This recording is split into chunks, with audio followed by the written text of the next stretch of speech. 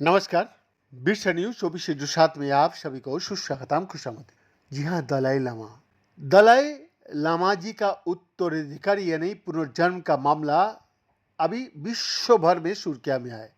तिब्बत की निर्वाचित सरकार के प्रमुख पेन्पा त्सरिंग ने दलाई लामा के पुनर्जन्म के मामले में चीन का हस्तक्षेप करने की कोशिश का सख्त विरोध किया है। उन्होंने कहा कि पुनर्जन्म एक आध्यात्मिक प्रक्रिया है। ऐसे में चीन वो कैसे तय कर सकता है कि अगला दलाई लामा कहाँ पैदा होगा? आध्यात्मिक गुरु खुद तय करता है कि उन्हें कहाँ पैदा होना है। दलाई लामा की उत्तराधिकार का मामला चर्चा में आने के साथ ही ये भी चर्चा का विषय बन चुका है कि तिब्बती बौद्ध धर्म की सर्वोच्च धार्मिक नेता का चयन आखिर कैसे होता है। इसमें यह भी तथ्य है कि हर नया दलाई लामा पिछले लामा का पुनर्जन्म होता है। इसका चुनाव नहीं होता है, बल्कि उसकी खोज की जाती है।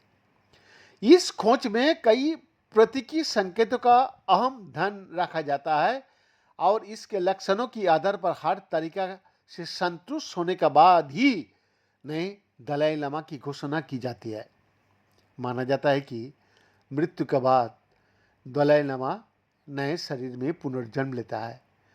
उनकी निधन के बाद वरिष्ठ भिक्षु एक ऐसे बच्चे को खोजता है जो दलाई लामा का अगला अवतार हो। वरिष्ठ भिक्षु कुछ आध्यात्मिक संकेतों को गहराई से देखता है। वो सपने में आए संकेतों और छवियों का विश्लेषण भी करता है। देखते हैं कि मृत्यु की समय दलाई लामा का मुद्दा क्या थी, सब किस दिशा में था और दाह संस्कार के समय धुएं की दिशा में गए थे। इसके अलावा लाहामो लांसो की प्रमुख झील क्या थी? इसके अलावा लाहामो लांसो की प्रमुख झील में इस खोज में अहम भूमिका निभाती है। ये प्रक्रिया जितना रोचक है उतना ही जटिल भी और कई बार अविश्वसनीय भी होता है। इसे ऐसे सामान्य तौर पर नहीं समझा जा सकता। दर्शक, इसे समझने का एक खास जरिया है वर्तमान दलाई लामा की खोज कैसे हुई। इस बारे में तफसील से जाना जाए। क्या हिमाचल की धर्मशाला में रह रहे वर्तमान दलाई लामा की खोज भी काफी रोचक रही थी। उन्होंने इसका जिक्र अपनी किताब my land and my people memories of the Dalai Lama of Tibet या तिब्बत में बहुत विस्तार से किया। जी हाँ, वो लिखता है कि मैं 1935 में तिब्बती कैलेंडर क्या वुड होंग वर्ष के 5वां महीने के 5वां दिन तिब्बत की पूर्वोत्तर में टाक्सर नामक एक छोटे से गांव में पैदा हुआ था। दर्शक, टाक्सर दोखम क्षेत्र में स्थित है।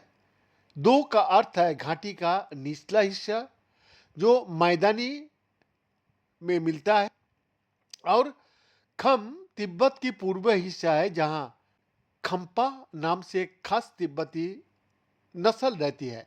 दलाई लामा ने बचपन को याद करते हुए और फिर भी बात के अपने अनुभव से लिखते हैं कि हमारे परिवार का जीवन साधारण था लेकिन सुखी और हम लोग संतुष्ट था और इस संतुष्टि का बहुत सारा श्रेय थुमटन यगांगसो 13वीं दलाई लामा को जाना जाता था जो कई वर्षों तक तिब्बत की आध्यात्मिक और लौकिक शासक रहे थे।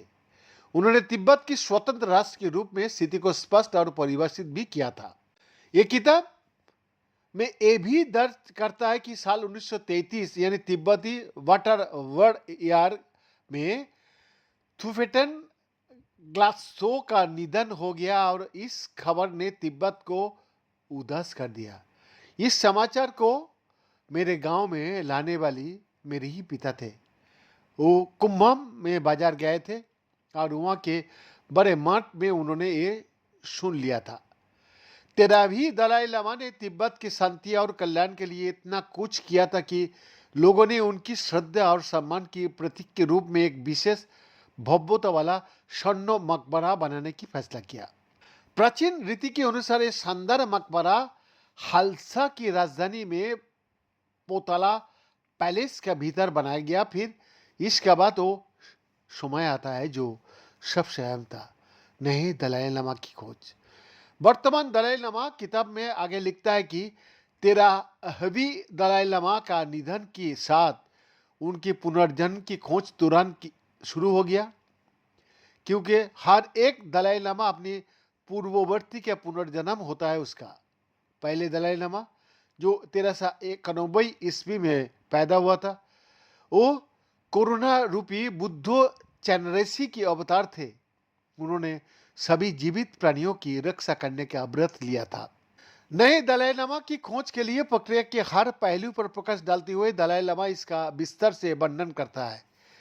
उनकी लिखी किताब की माने तो सबसे पहले तिब्बती राष्ट्रीय सभा की ओर से एक रीजेंट नियुक्त किया गया, जो नए पुनर्जन्म के मिलने और परिपक्व होने तक देश का शासन संभालेगा। फिर प्राचीन रीति रिवाजों और परंपराओं के अनुसार राज्यों की देवज्ञों और विद्वान लामाओं से परामर्श किया गया, ताकि ये पता लगाया जा सके कि लामा का अगला जन्म कहाँ हुआ है। जब इससे जुड़े संकेतों को देखा जाना शुरू किया तो सबसे पहले हालसा से उत्तर पूर्व दिशा में असामान्य बादल बनते देखा गया। वो लिखता है कि 13वीं दलाई लामा की मृत्यु के बाद उनके शरीर को हालसा में उनकी ग्रीष्मकालीन निवास नेबोलिंका में एक सिंहासन पर दक्षिण की ओर मुख करके रखा गया था, लेकिन कुछ दिनों बाद देखा गया कि उनका चेहरा पूर्वी की ओर मुड़ गया था और उस मंदिर के उत्तर पूर्वी हिस्से में जहां उनका शरीर रखा था, एक लकड़ी की खंबे पर अचानक ही एक बड़े तारे जैसी आकार का एक कवच उग के आता था। ये सारे संकेत उस दिशा की ओर इशारा करता है कि जहां नए दलाई लामा की खोज की जानी चाहिए। इसके बाद 1935 में तिब्बती वुड वॉरियर रीजन हालसा से लगभग 90 माइल दक्षिण पूर्व स्थित चोखो रंग्याल के पवित्र झील हालमो में लॉन्च हो गया है। बेन का एक्सक्लूसिव रिपोर्ट, बेसनी 24/7 रांची।